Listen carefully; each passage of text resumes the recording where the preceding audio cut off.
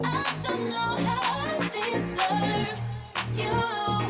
You know I'll always keep on coming back to you, back to you, back to you. Even when the road gets tough, you're enough. I don't know how I deserve you. You know I'll always keep on coming back to you, back to you, back to you. You deserve.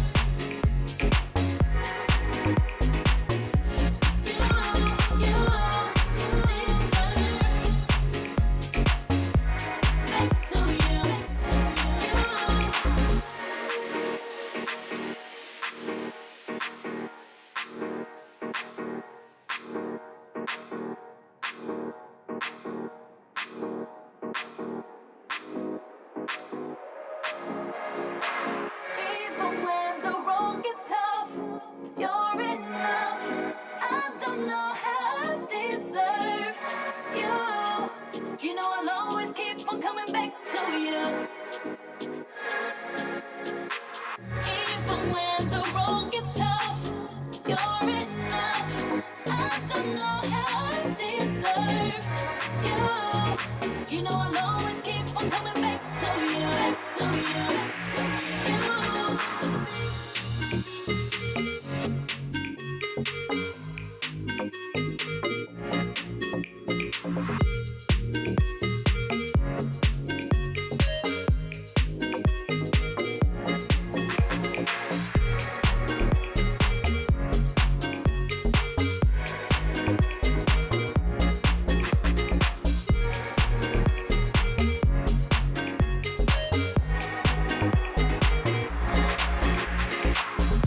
Even when the road gets tough, you're enough.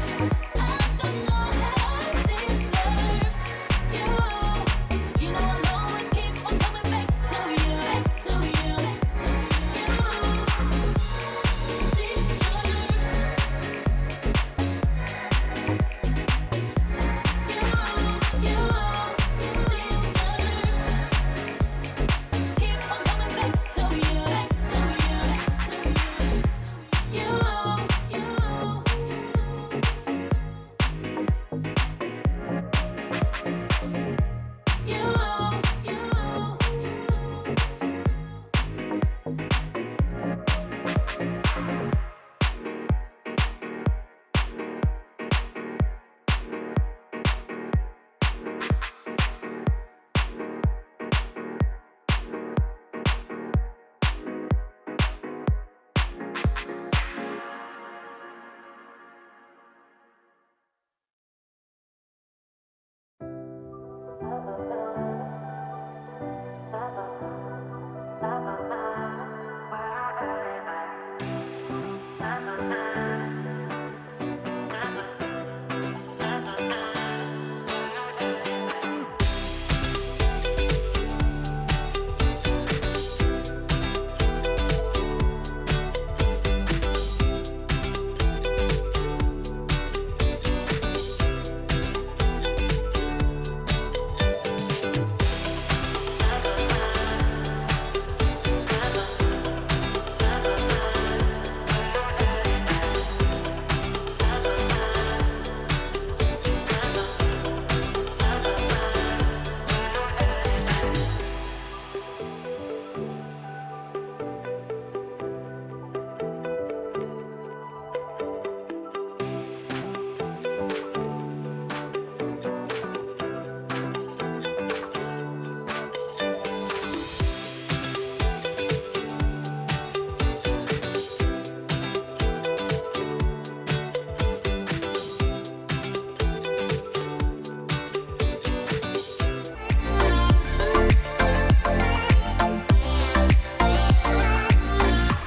Bonsoir, bienvenue sur Scala Games. Au programme du jeu, des débats sur l'actualité et des interviews.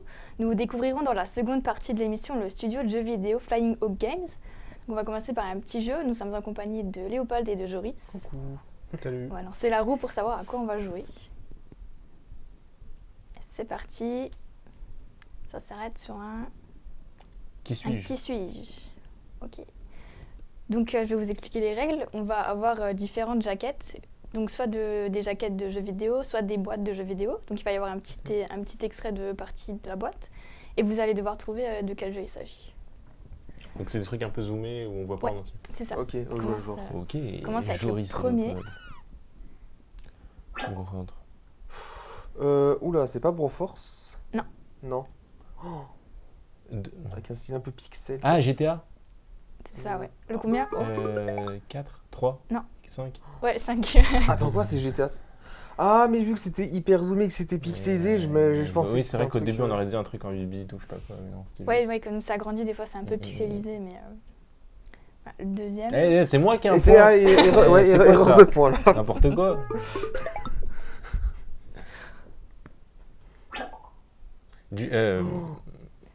Oh, je vais pas. C'est sable? Non, c'est pas sable. C'est du sable. Non, Non, c'est pas le- c'est non. pas le jeu sable. Mais Est-ce c'est que du sable, ouais. Est-ce que c'est putain, Journey? Non, pas Prince of Persia. Ouf. Ça me fait penser à Dixit, mais ça peut pas être. Si, c'est ça, c'est C'est ça. Dixit. Attends, Dixit. ah, mais Oh il y là a des là jeux là C'est là de ça, là. oui, il y a des jeux de société, ouais. Incroyable. Je pensais qu'il y avait que des jeux vidéo. Bah, moi aussi. Le niveau est fou, enfin le mien. Pardon, excuse-moi. Oh, t'en faites pas, je m'attendais pas à avoir beaucoup de chance sur ce coup-là. Passe au suivant. Castlevania? Non. Oh la vache. Tunic? Non, c'est pas Tunic. Non. Ah, avec un foulard rouge comme ça, une écharpe rouge. C'est que jeux vidéo, que des jeux ou ça peut être aussi des. C'est tout jeu type de d'œuvre? société, jeu vidéo. Ok. Si jeu de société, je suis pas dans la merde. Aventurier du rail? C'est ça, ouais. Oh là là. C'est ça. Bien joué. Léopold, il prend le large, là. Je sais pas C'est comment je fais. déculotté. The Last of Us? Uncharted, Ouais, Uncharted. Ah, Le combien le 4. Bien vu. On pensait que je triche. Il non, a pas t'es les juste tombé réponses sur à quelqu'un l'avance. qui est pas très, qui a déjà pas une mémoire excessivement. Suivant. Dixit. Non, non, Codename. Codename. Ouais. Oh. Mais tu l'as dit avant. Ça va vite, ça va très vite.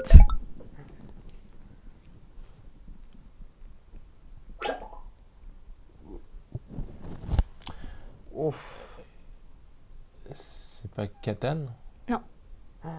C'est un jeu de société, c'est mort pour moi. Ça... Putain, ça me dit un truc de fou. Là, pour- Tout frais. Seven Wonders? Non. Tout près de ce que Attends. j'ai dit? C'est tout frais, tout Architecte? frais. Ah, tout Le frais. jeu est tout frais. C'est pas architecte? Non. Ah, c'est un jeu Enfin, vidéo architecture, alors. ouais. Jeu vidéo, qu'est-ce qui est sorti récemment? Putain, moi je suis déconnecté. Ah, Tears of the Kingdom? Non. Sinon, crois-moi que j'aurais hurlé, j'aurais hurlé. On peut avoir l'indice de si c'est un jeu vidéo ou jeu de société? C'est un jeu vidéo. Tout frais, jeu vidéo. Oh là là. C'est pas un Star Wars? J'ai pensé à Star Wars aussi. Si, c'est Star Wars The Jedi Survivor. Ah, Ouais, c'est Oh. ça. bien joué, C'est bien ça, joué. ouais. J'ai pensé à Star Wars en plus au début, mais En fait, c'était surtout sur le titre que j'étais plus sûr. moi j'aurais pas trouvé le titre, je me rappelais plus. Parce que je sais plus c'était lequel qui était sorti avant Jedi Survivor, Hmm. justement. Ouais, c'est vrai que je sais plus. Enfin, un point pour moi. Premier point. Oh, je pourrais l'avoir celui-là si. Non, non. Quand je vais voir le truc, je vais être en oui. C'est pas Fall Guys? Non. Oh, non. On dirait un jeu qu'on peut retrouver régulièrement dans une animation de la IMDE sur Discord, vie-étudiante-UL. Oh la vache, Mais... cette Ah, pute. je- Ah, pas Splatoon? Non.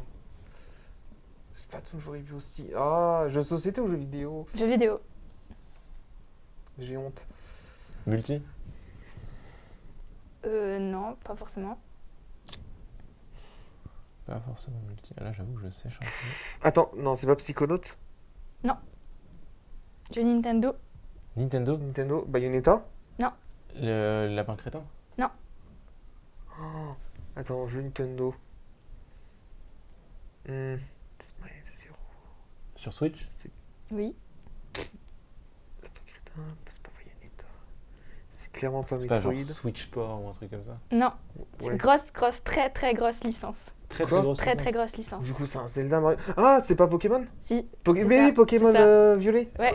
Lui, exact. j'ai reconnu la roue. Enfin, la Ok, roue, le ouais. torse Bien bleu. joué, Bien Oui, joué, ah. bien joué. À jouer, c'est vraiment J'ai petit mal à là-dessus. petit. Pikmin. Pikmin, putain, bien Ouais. joué. 4. Oh la rapidité. Le Ah non, non, bah, le le 3, 3, Non, le c'est 3, le le 3. 3. Bah, vu que le 4 Ouais. n'est Il pas est pas encore encore sorti. sorti. Oui, c'est vrai. C'est le dernier là, on va voir. Ouais. Loup-garou. Loup-garou. Ouais, c'est ça. Ah, c'est pas vrai. Ah, ouais, tu l'as J'ai fait juste remonter, mal hein. démarré, c'est tout. Bah joué Léopold. Merci, Score merci. 6-3. Donc sur cette victoire, on va passer à l'actualité. Il y a le speedrunner ZDI6929 qui a réussi à atteindre la fin du jeu Zelda, donc en seulement 59 minutes et 22 secondes. Donc pour ceux qui ne connaissent pas le speedrun, c'est une discipline qui consiste à terminer le jeu vidéo le plus rapidement possible. Est-ce que vous avez déjà essayé de speedrunner un jeu? Alors, c'était à l'époque, c'était quand j'étais au lycée, j'aimais beaucoup faire très rapidement les niveaux de Mario de New Super Mario Bros sur DS. Mis à part ça, le speedrun, je me suis pas trop essayé parce que je sais que c'est beaucoup. Enfin, j'ai déjà vu des gens faire du speedrun en live. C'est énormément de frustration. Mhm. C'est aussi connaître le jeu du bout des doigts, de connaître les glitches, les trucs qui vont t'aider à aller plus vite. Et c'est pas un truc sur lequel je m'attarderai beaucoup. Ce serait beaucoup trop frustrant. Moi, je sais qu'il y a des pratiques de speedrun que j'ai eues comme ça et qui m'ont amusé, mais j'ai jamais essayé de. Je me suis dit, ah ouais, ce jeu-là, je vais le speedrun ou je vais essayer de faire un record ou regarder la grille des temps sur Ouais. tel jeu. Mais des fois, de certains niveaux, par exemple de Céleste ou de Dishonored, je sais que je. Et même des fois, dans le dernier Mario Odyssey, là, il y avait plein de techniques de speedrunner qui étaient vachement marrants à apprendre sans forcément chercher Allez faire soi-même après. à faire le jeu en entier en speedrun, quoi. Ben, pareil dans le cas de Zelda, là on a pris c'est le cas de Tears of Kingdom. Mais Breath of the Wild, il y avait des techniques de speedrun que j'utilisais pas pour speedrunner, mais juste pour voyager plus rapidement. Le truc avec la bombe, là. Ouais, pour pouvoir voler plus haut et plus vite, mais aussi juste le fait de, tu sais, de faire stasis sur un arbre, puis un arbre coupé, puis après tu tapes plein de fois dedans, puis après tu t'accroches Je me dessus, souviens. ça t'envole. Je sais pas C'est si des c'est trucs que tant j'ai pas une technique de forcément speedrun que ça c'est juste un. C'est pas des trucs auxquels je pense forcément quand je Ouais. vois ce jeu, puis quand je vois des gens utiliser ça super rapidement, genre vraiment comme ça en un claquement de doigts, je me dis, j'ai dû m'y reprendre 20 fois pour faire ça, et j'y arrive. Autant essayer ça quoi. Mais ouais, c'est vrai que quand on speedrun un jeu, forcément, on n'est pas forcément plongé directement dans l'histoire. Et t'as pas vraiment le temps de tout voir, tu vas vraiment assez vite. Je pense qu'en général, c'est quand même des gens qui l'ont fait Ah avant bah, une première fois. j'espère. Et puis après, ils s'amusent autrement dessus, quoi. Ouais. Et puis l'autre truc qui m'amuse surtout, c'est que là, t'avais annoncé, c'était combien? C'était 1 heure, même pas? Même pas 1 heure, ouais. 59 minutes et 22 secondes. C'est ça, ça va être le chiffre là, il va baisser dans les semaines à suivre. Parce qu'au fur et à mesure qu'on décompilera le jeu, qu'on découvrira des glitches ou autres manip, pour moi ce chiffre il va baisser dans les jours à venir. Ouais, ils vont tous essayer de battre le record. Mais c'est justement ça de marrant de voir jusqu'à quel point les gens peuvent battre un record. Parce que un des premiers speedruns que j'ai entendu parler, je crois que c'était Pokémon Jaune en moins d'1 minute. Et je me dis, mais attends, mais comment c'est possible de finir un Pokémon en moins d'1 minute? Mais tu vois le mec qui faisait des. Enfin, après Pokémon Jaune, c'était un très vieux jeu. Mais tu vois le mec qui faisait des manips ultra précises, qui étaient calculées à la milliseconde près, à la frame près. Mm. Et genre, le mec commence au laboratoire du professeur Shane, il fait sa manip, hop, c'est bon, il est à la ligne. Mais ouais, il y a plusieurs sous-disciplines dans le speedrun. Il y a le speedrun any % dont tu parles, Ouais. où le but c'est juste d'arriver, alors je sais pas ce qui fait foi, mais si c'est les crédits de fin ou quoi, sans forcément passer partout. Pareil pour Zelda, pour Breath of the Wild, celui d'avant, il y avait un speedrun juste battre Ganon le plus vite possible, et il y avait aussi un speedrun 100%, faire tous les... Enfin pas 100%, mais faire toutes les Les missions quêtes, principales. Ça change vachement aussi la manière de faire le speedrun, quoi. Puis je crois les plus impressionnants, c'est les Tool Assisted. Ouais. Ceux qui sont faits par des robots. Bah, je sais, c'est impressionnant, mais en même temps, le fait de se dire que c'est tool assisted, c'est-à-dire qu'en gros, c'est pas fait par des robots, mais c'est Enfin, fait ouais. avec sur un émulateur, avec des logiciels où on peut mettre en pause le jeu à n'importe quel frame et faire des inputs hyper précises, de la précision d'un robot, mais c'est quand même les humains qui doivent trouver quelle manipulation faire. Mais je sais pas si c'est le plus impressionnant, parce que des fois, les speedruns pas tool assisted, c'est impressionnant de se dire que le gars a vraiment fait ça en temps réel avec sa Ouais. manette, et des fois il y a Ouais, quand même clairement. des manipulations de fou, et tu te dis putain, il a fait ça à la manette, quoi. Et vous en pensez quoi du nouveau Zelda? Il tue. Ah, je pourrais en parler pendant des heures.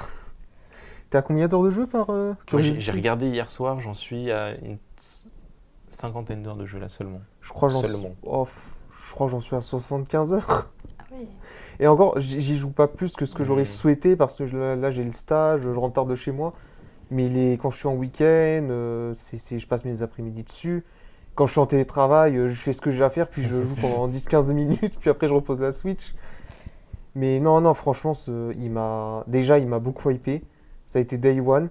J'aurais bien aimé venir ici et crâner avec ma Switch Zelda. Ah, t'as la Switch Ah, je me suis fait putain. plaisir. Ah ouais. Stage rémunéré, allez hop, c'est bon. Première fois que j'achète une console en édition collector comme ça. Bah, elle est belle en plus. C'est vrai la- qu'elle Elle trop est belle. magnifique. Elle est trop belle. Non, non, franchement, je regrette pas l'achat. Bon, ça a coûté un peu cher, mais je regrette pas non plus. Puis c'est ça, on va dire que je peux me le permettre. Donc j'en profite. Mais pour moi, je trouve clairement meilleur que Breath of the Wild, pardon. J'ai accroché aux deux. Mais on va dire Tears of the Kingdom, il a un truc en plus. Bah, je trouve que ouais, j'avais des gros doutes sur comment dépasser comment dépasser Breath of the Wild. Et en fait, c'est exactement ce qu'ils ont fait. Ils ont dépassé Breath of the Wild. Je dirais pas que le jeu est mieux. Je trouve ça hyper intéressant d'avoir fait Breath of the Wild avant et c'est un excellent jeu. Et je trouve que c'est une super suite en fait et que c'est pas une suite qui nous laisse sur notre faim. C'est une suite où il y a des Ça. vrais ajouts. Et par contre, c'est difficile de faire le chemin inverse. C'est difficile de jouer à Tears of the Kingdom et ensuite Ouais. à Breath De of the Wild revenir, parce qu'il y a ouais. des trucs qui sont pas dans Breath of the Wild. Et c'est intéressant de ne pas les avoir quand on y joue pour la première fois. Mais si on y joue après Tears of the Kingdom, on va avoir des manques, je pense. Puis il y a aussi un truc que je trouve assez. Enfin, un petit mauvais point sur ce jeu. C'est que si t'as pas joué à Breath of the Wild avant, on va dire que t'es un peu plus largué. Oui. Déjà, Ouais. non seulement au niveau de l'histoire, parce que bah, c'est littéralement, genre, je crois, quelques années après Breath of the Wild, mais au niveau de la difficulté. Ouais.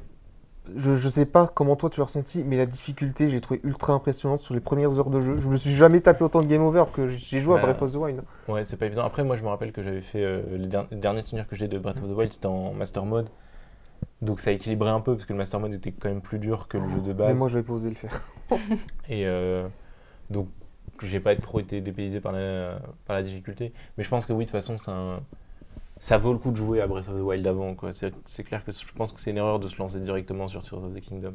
Que ce soit au niveau du scénario et au niveau de la découverte, en fait, parce que un truc qui était génial, c'était de découvrir le monde d'Hyrule. Et c'était tout le jeu de Breath of the Wild était construit autour de ça, autour de l'exploration, comment donner envie d'explorer, comment récompenser l'exploration.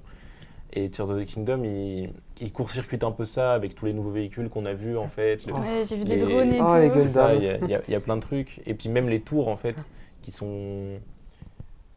nous projettent carrément dans les airs et qui nous permettent Oui, bah oui. d'aller beaucoup plus facilement à de nouveaux endroits. Et du coup, l'exploration est moins encouragée et moins récompensée. Parce que bah, ça part du principe que c'est un monde qu'on a, même s'il est modifié, c'est un monde qu'on a déjà visité. Et donc on n'a plus envie de l'explorer de la même manière. Mais pour une première visite d'Hyrule, je pense que c'est mieux de le faire sur. Ah oui, of the clairement. Wild. Mais bah, non seulement ça, mais en plus, même si justement tu as déjà joué à Breath of the Wild, tu peux encore te permettre de dire ah, il y a tel truc qui a changé, tu vois que c'est un peu plus vivant. Tu as des persos qui ont grandi, qui ont ton nouveau rôle, des fois qui te reconnaissent pas alors que tu les as sauvés dans le jeu d'avant. Mais non, non, franchement, pour moi, ce Zelda, c'est une tuerie. Et en plus, on va dire que je suis un peu reconnaissant pour ces deux jeux-là parce ils ont un peu relevé la licence, surtout au niveau des ventes. Parce que Zelda, c'était Ouais, c'est un gros carton. Hein. En France, direct c'est sorti, il y a eu plein de ventes et tout, ça a bien marché. C'est surtout que ce qui m'a étonné, c'est que j'ai vu les chiffres de vente des anciens jeux Zelda. Ça dépassait très rarement les 10 millions d'unités vendues.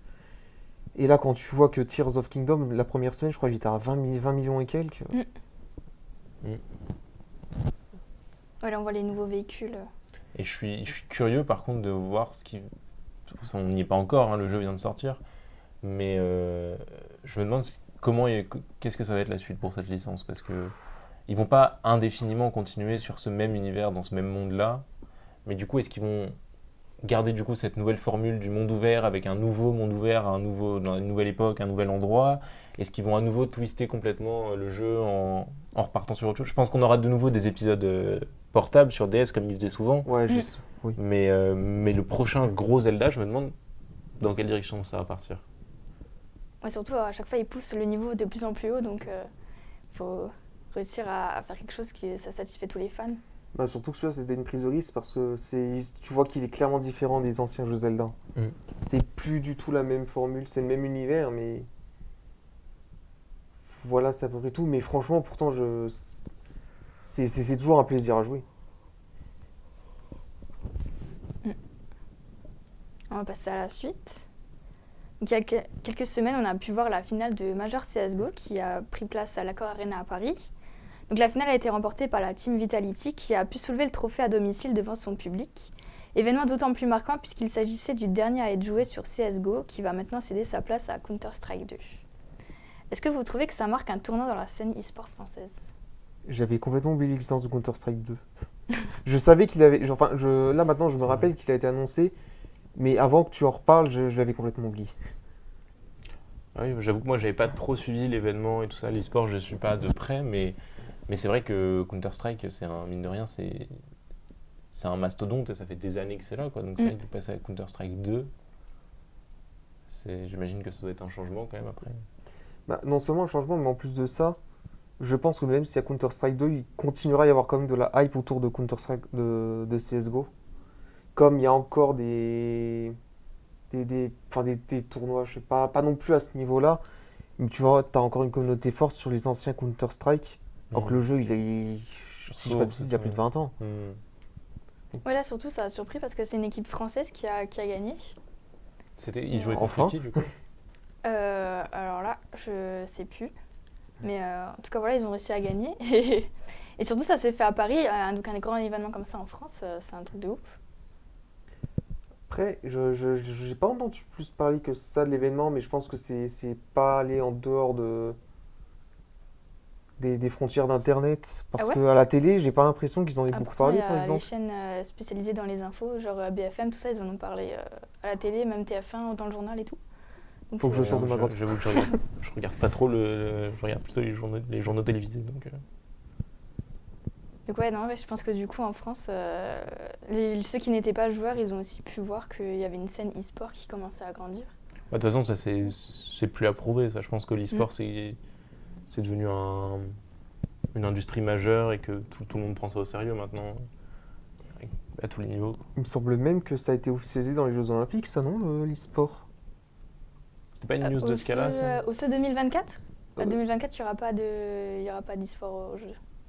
C'est en train d'être... C'est en négociation. Ah, ouais. sans négociation. Bah, il me Mais semblait je avoir pense vu pas une liste que- des jeux qui avaient fuité. Je crois que j'ai vu du Just Dance, du Dirty Rally. Sur JO 2024? Il me semble que c'était les Jeux Olympiques, mais je sais pas si c'était 2024 ou peut-être encore après.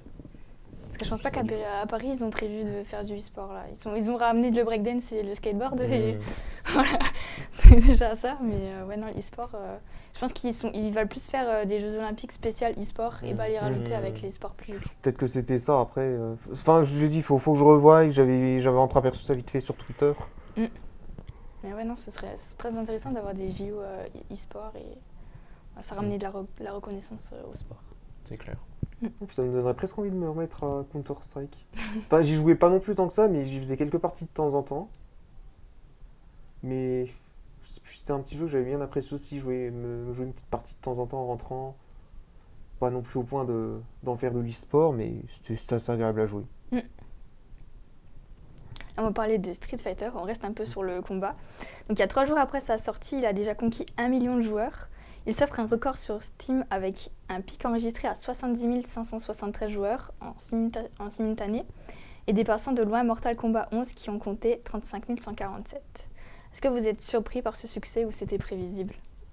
Tu peux juste répéter les chiffres pour Mortal Kombat et Street Mortal Fighter? Kombat c'est 35 000 environ 35 000. et du coup Street Fighter 6 c'est 70 000. Oh la vache, ouais. C'est environ le double quoi. Après, je suis peut-être pas si étonné que ça parce que Street Fighter, ça a toujours été enfin, j'ai l'impression que ça a toujours été plus connu que les Mortal Kombat. Surtout sur la scène de l'e-sport. Mais du coup, ce qui est intéressant avec celui-là, c'est cette nouveauté là, du monde ouvert, du monde semi-ouvert, c'est ça?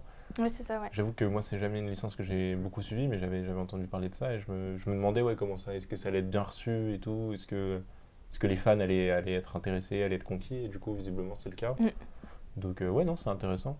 Attends, comment ça du monde semi-ouvert? Bah, on a vu là des extraits, il y a tout Ouais, tu peux te promener. il y a tout un monde semi-ouvert, c'est plus juste un jeu avec tu lances tes combats et t'as tes combats, t'as un monde semi-ouvert où tu te balades et des fois t'as des combats. Enfin, j'ai pas trop suivi exactement comment ça fonctionnait, mais si Antoine peut relancer la vidéo depuis le début, on va voir, on a envoyé un extrait du monde. Et puis il y a un truc de personnalisation de personnage, tu peux créer ton personnage, enfin ils ont.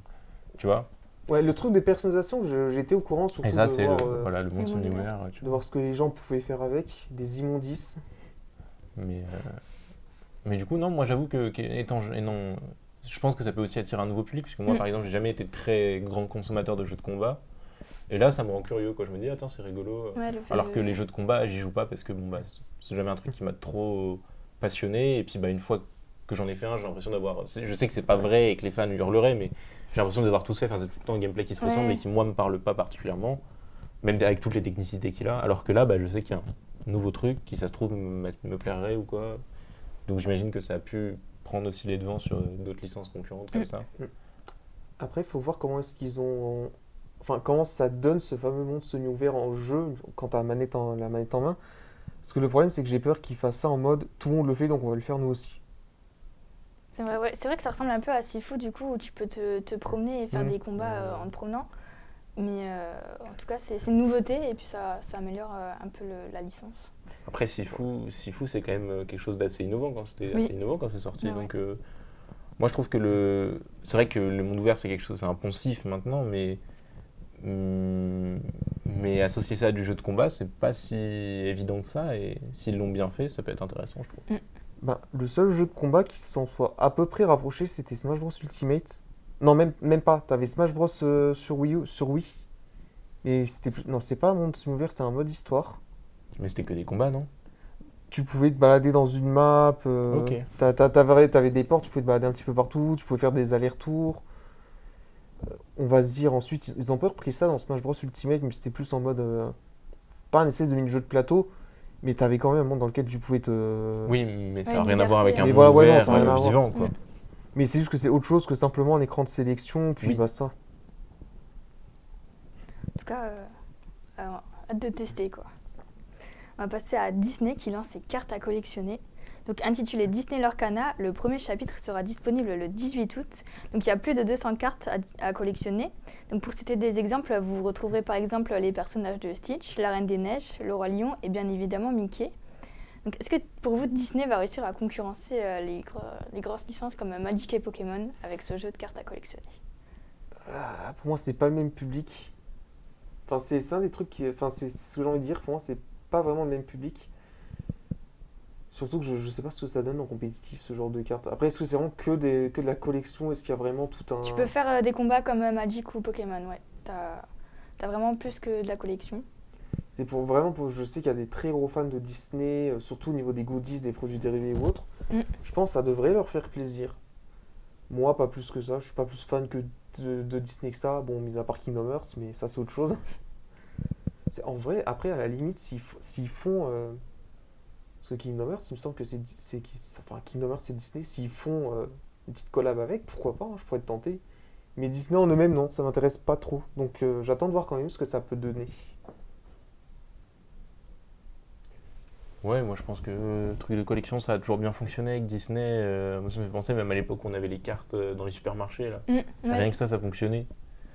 On avait envie de les collectionner et tout, donc Disney c'est un truc qui attire quand même avec ses personnages et tout. Donc à voir après, est-ce que parce que ce qui fait fonctionner Magic et des trucs comme ça, c'est quand même le système de compétition et tout. C'est Enfin ça. non, tu me diras Pokémon pas tant.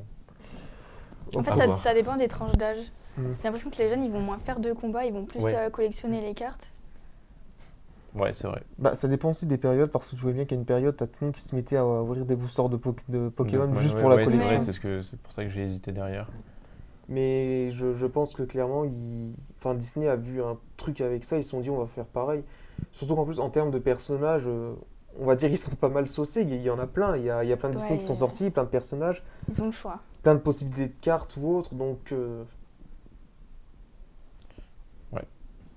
Faut voir. je suis pas conquis, mais si ça peut faire plaisir les gens qui sont des fans de Disney, pourquoi pas.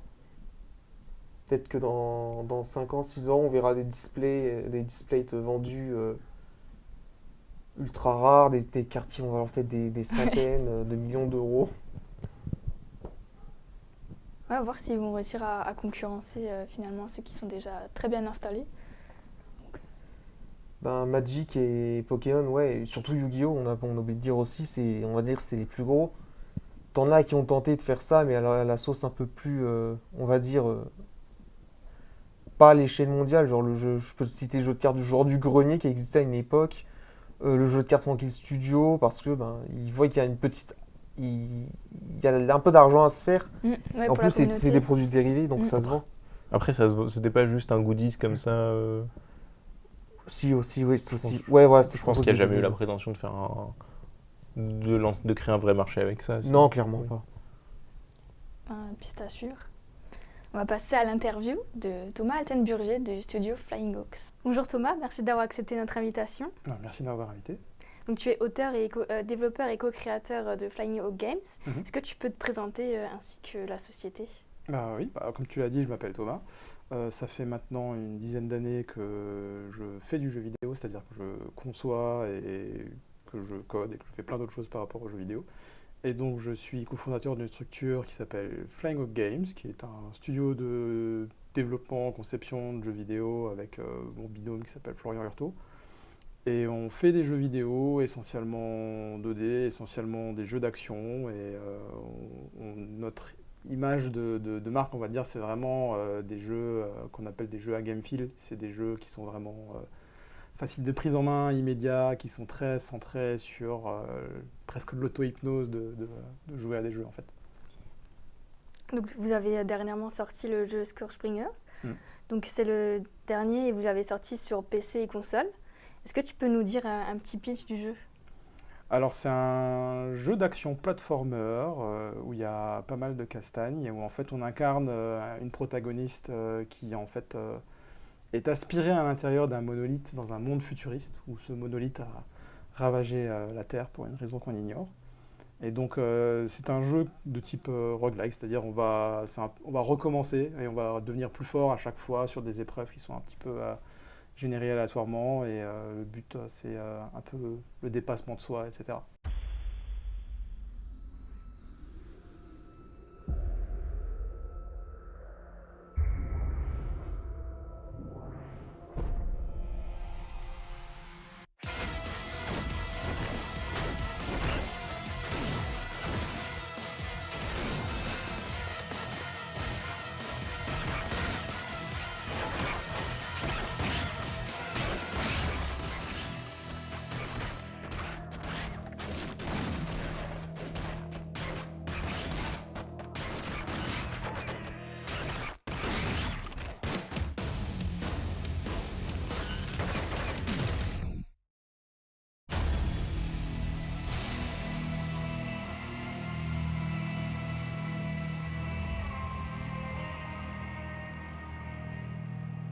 Et comment vous est venue cette idée justement de créer un jeu de ce type?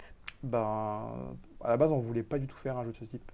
Et en fait, c'est un cas un peu particulier parce qu'en fait, c'est un peu propre à notre méthode de travail qui est que quand on commence à essayer de concevoir un nouveau jeu, généralement, ce qu'on fait, c'est qu'on fait une liste de choses qu'on a envie de faire et une liste de choses qu'on n'a pas envie de faire. Et on commence à essayer de prototyper des petits jeux sur la base des choses qu'on a envie de faire et ça nous arrive de ne pas réussir à faire quelque chose de satisfaisant ou de ne pas trouver trop vers où on va ou ce qu'on veut faire. Et pour Skullbringer, on était dans le cas où on ne savait pas où on allait et on n'arrivait pas à faire ce qu'on a envie de faire. Donc en fait, pourquoi on a une liste aussi de choses qu'on n'a pas envie de faire? C'est parce qu'en fait, quand on se sent bloqué, on prend quelque chose qu'on n'a pas envie de faire et on se force à le faire pour créer en fait du chaos et de la sérendipité et pour voir si quelque chose en ressort. Okay. Et dedans, il y avait, on ne voulait pas faire de jeu de plateforme parce qu'il y a plein de choses qui rentrent dans le cas d'un jeu de plateforme. Ça peut paraître simple comme ça, mais en fait, c'est plein de petits trucs masqués qui rendent les choses assez compliquées à faire et ça demande beaucoup de technicité. Et du coup, c'est en essayant de faire ça qu'on s'est rendu compte qu'on avait quand même beaucoup de compétences dans ce truc-là et on sait comment on a commencé à s'amuser, puis ça a donné Skullbringer. Vous êtes parti d'une histoire ou vous avez tout de suite créé un petit plateforme et l'histoire est venue ensuite? Alors, c'est vraiment en opposition à deux manières qu'on peut avoir de concevoir des jeux. Donc, le schéma un peu traditionnel, c'est on réfléchit à un univers, une histoire, et ensuite on essaie de faire coller un gameplay et on développe ça comme ça. Nous, on a tendance à bosser à l'inverse, c'est-à-dire qu'on est beaucoup plus centré sur le gameplay. On développe des gameplays, donc typiquement, on faisait un platformer et on voulait que ça soit centré vraiment un truc très aérien avec beaucoup de bastons, etc. Et à la base, c'était pas du tout un jeu dans le futur avec un personnage qui avait un drone, une épée, etc. À la base, on partait sur un univers avec des lucadors. Enfin, ça n'avait rien à voir. Ouais, rien à voir. Mais c'est au bout d'un moment, on se dit bon, on commence à avoir un truc qui ressemble à un jeu. Qu'est-ce qu'on peut en faire et qu'est-ce qu'on met comme univers dedans? Et donc vous avez rencontré des difficultés particulières, tu m'avais dit avant. Et, est-ce que tu peux nous citer des exemples de difficultés quand on fait un platformer? Par exemple, il y a beaucoup de choses très pointues. Un platformer, on se dit c'est juste un personnage qui se déplace sur une plateforme, mais quand il tombe dans le vide, il tombe dans le vide, et quand il saute, il peut faire des sauts. Mais en fait, il y a plein de notions en fait, qui vont rentrer en ligne de compte, parce que c'est la satisfaction d'un saut, c'est hyper pointu en fait, mais qu'est-ce qui rend un saut satisfaisant? Et ça peut paraître très trivial de se dire il suffit de faire un truc où on appuie sur un bouton, ça déplace le personnage et puis il retombe. Mais en fait, la vitesse à laquelle il monte, les collisions, même des petits trucs du style, on essaie aussi de faire des trucs où en fait on ment au joueur, dans le sens on essaie de le faire croire qu'il est bon, mais qu'en fait il ne l'est pas forcément. Ok. Mais en fait on rattrape ses erreurs de manière invisible, et en fait il s'agit aussi de détecter ses erreurs, de savoir comment on les corrige, et comment faire pour que ça ne soit pas perceptible, pour qu'en fait il y ait une sensation plus satisfaisante et de prise en main dans ce qu'on fait. Et en fait, les plateformers, c'est plein de petits trucs comme ça, et c'est quand même assez pointu. Je pense qu'on a juste sur l'aspect plateforme pur et dur, on a dû bosser quelque chose comme 1 an avant d'avoir quelque chose qu'on s'est dit là c'est satisfaisant. Et pour toi, c'est quoi les points forts de ce jeu? Je pense que c'est essentiellement le game feel, enfin ce qu'on appelle le game feel, c'est-à-dire les sensations de jeu.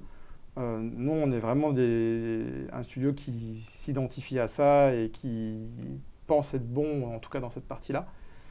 Et on l'est moins sur plein d'autres aspects, mais vraiment prise en main. C'est un jeu, il faut le prendre en main pour avoir les sensations. C'est pas forcément juste en le regardant, quoi. Et donc vous avez aussi sorti 2 vinyles issus des musiques du jeu. Et on remarque aujourd'hui qu'il y a de plus en plus de CD et de vinyles qui sortent justement avec les soundtracks des jeux. Est-ce que vous, maintenant, en tant que créateur, vous accordez plus d'attention à la musique dans les jeux? Alors, je ne sais pas si c'est une règle générale dans l'industrie. En tout cas, nous, on apporte beaucoup d'attention à la musique, déjà parce qu'on aime bien ça. Et c'est aussi propre, aussi un peu à la manière dont on a formé Flying Hog Games et la manière dont on bosse avec les autres personnes avec qui on bosse. C'est qu'en fait, on ne conçoit pas faire un jeu avec une personne qui dirige et qui a une idée d'un jeu et qui a entre guillemets une vision et qui la déroule à d'autres personnes. Nous, on est plus un peu comme un groupe de musique en fait, dans le sens où on se dit en fait si on a envie de bosser avec des gens parce qu'on aime bien leur univers et les sensibilités de chacun qui leur sont propres. Et généralement, quand on leur demande s'ils veulent bien bosser avec nous, c'est parce qu'on aimerait bien apporter ces sensibilités dans notre projet, justement, et pas y toucher en fait. C'est plus laisser les gens s'exprimer et voir ce qui en sort, et dont la musique fait partie. Donc généralement, quand on bosse avec des compositeurs, compositrices, on leur dit carte blanche en fait. C'est pas à nous de dire ce qu'il faut faire avec la musique ou le jeu. Et c'est aussi un petit peu un plaisir personnel de voir quelqu'un qui s'épanouit dans son art, et faire des vinyles après derrière, c'est aussi une manière de rendre hommage au travail qui a été fait, quoi. Et ça se passe comment? Ils ont d'abord le jeu et ils créent dessus, ou vous leur donnez un thème et ils composent la musique comme ça? Généralement, ces personnes interviennent en même temps que le jeu est créé. Okay. C'est vraiment des personnes qu'on intègre dans l'équipe. Donc elles sont au courant de ce qui se passe, de sur quoi on va bosser, de ce qui est déjà fait, de ce qui n'est pas fait, etc. Et généralement, ça fonctionne un peu par thème. Mais c'est soit nous, on donne des thèmes, soit c'est les personnes qui identifient des thèmes dans ce qu'on fait, ou qui on se dit, moi j'ai envie qu'à tel moment, il y ait telle coloration qui soit donnée, etc. Et donc ensuite, après, c'est les personnes qui bossent dessus, qui composent. Ok, ça marche. Et vous faites également du consulting dans le domaine du jeu. Est-ce que tu peux nous décrire si vous avez une sorte d'offre, ou si vous faites un accompagnement, si c'est plus dans le codage ou...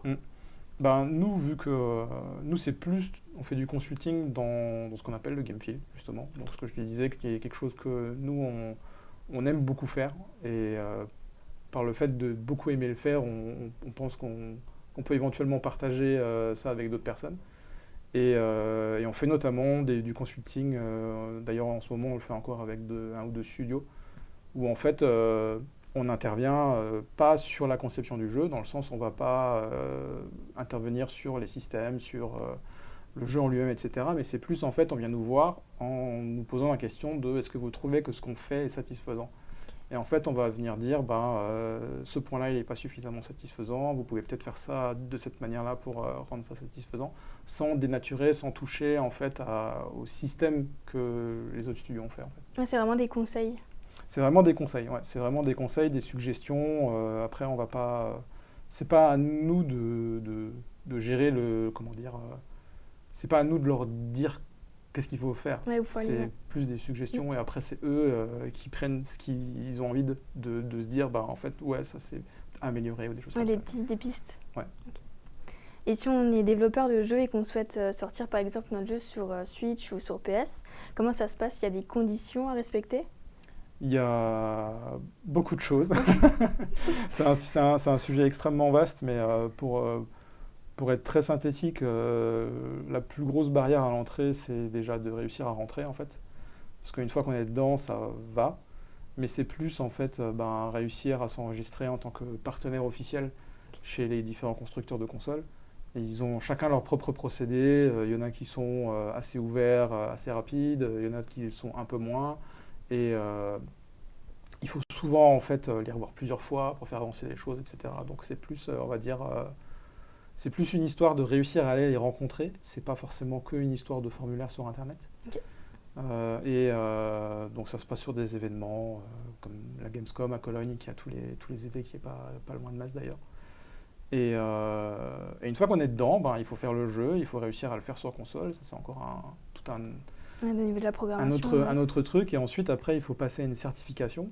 Donc c'est un contrôle qualité en fait. Okay. C'est les constructeurs en fait, ils te laissent pas sortir un jeu sans qu'ils aient mis un tampon dessus en disant c'est d'une qualité suffisante pour nos joueurs.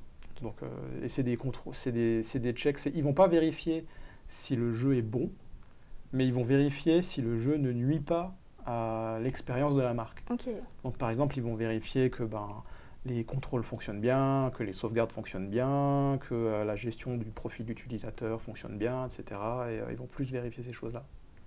Et ça a mis combien de temps pour vous au niveau de votre jeu, de la certification à la sortie commerciale ?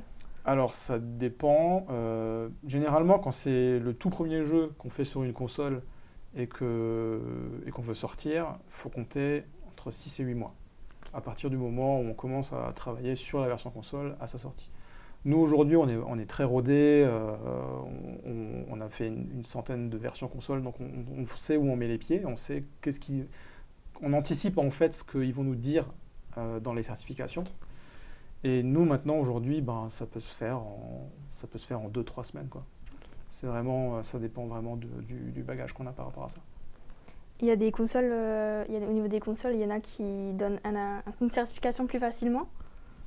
Je dirais pas que c'est plus facilement, peut-être plus rapidement, mais c'est pas forcément plus facilement parce qu'ils ont tous leurs contraintes qui sont quasiment similaires ou qui se recoupent, ou ils ont des petites particularités l'un et l'autre.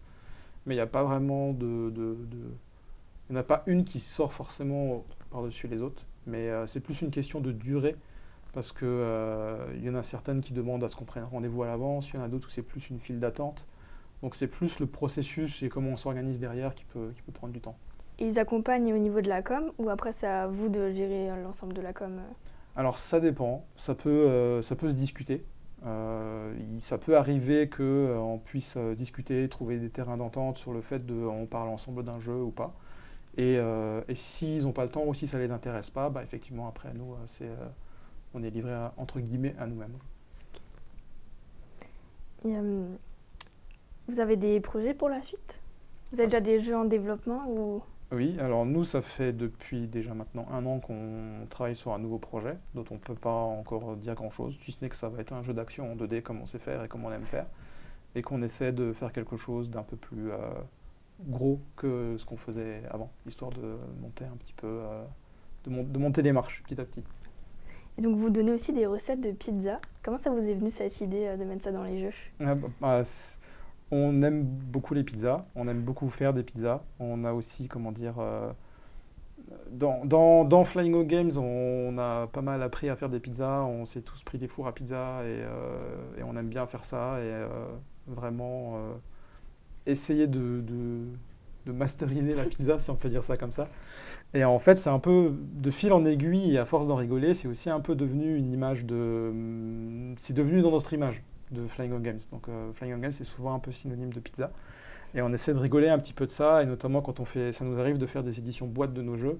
Et on a une tradition, c'est qu'à chaque fois qu'on fait une édition boîte, dans le manuel, on met une recette de pizza différente.